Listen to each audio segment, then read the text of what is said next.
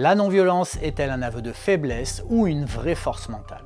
Dans son livre « Tous les hommes sont frères », Gandhi ne parle pas de morale, mais de maîtrise intérieure. Pour lui, la violence n'est pas un excès de force, mais c'est un défaut de contrôle de soi. Gandhi explique que la haine, la violence, la vengeance sont des réponses automatiques. Elles donnent l'illusion de reprendre le pouvoir, mais en réalité, elles nous rendent esclaves de nos émotions. La non-violence, au contraire, c'est refuser que l'autre prenne le contrôle de nos réactions. Mais ne pas répondre par la violence, ça n'est pas nier sa colère. C'est la contenir, la transformer et la diriger. Aujourd'hui, la psychologie dirait la même chose. La régulation émotionnelle est un marqueur de maturité psychique. Parce que la violence soulage sur le moment, mais la maîtrise libère sur le long terme. Pour ma part, je pense que le concept ne vaut qu'à partir du moment où on a la capacité de recourir à la violence, mais qu'on décide de faire autrement. Autrement dit, celui qui est non violent parce qu'il est faible ne prouve rien, mais celui qui pourrait être violent mais fait un autre choix montre sa force mentale.